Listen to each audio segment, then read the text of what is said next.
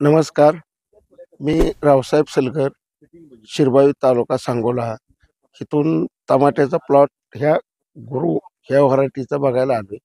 इथं आल्यानंतर एक असं वैशिष्ट्य वाटलं, की बिगर मल्चिंगचं हे प्लॉट आणि त्यात वैशिष्ट्य असं वाटलं, की खालला जे काही जटामाल आहे तीच साईज शेंड्यापर्यंत.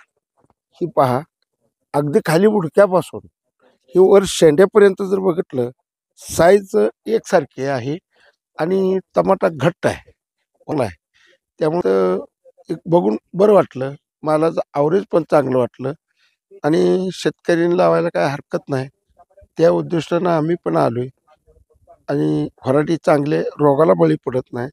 आता पावसाळ्याचे दिवस असून सुद्धा अगदी याला कोज, करपा, केवडा, नागाळी कमी प्रमाणात वाटतंय. त्यामुळं अगदी व्हरायटी चांगली आहे. सर्व शेतकरी बांधवांनी प्लॉट लावायला हरकत नाही.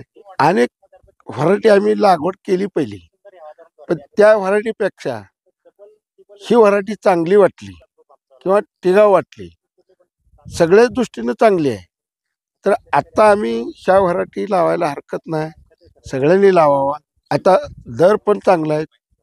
पावसाळ्यात ही व्हरायटी लावायला चांगली आहे. अगदी रोगाला कमी बळी पडते इतर जातीपेक्षा.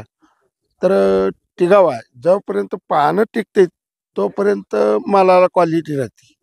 ह्याची पानगळ जर झाली तर मालाचा दर्जा, क्वालिटी किंवा वजन घटतं.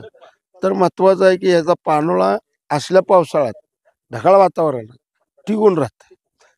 हे अतिशय चांगली व्हरायटी आहे.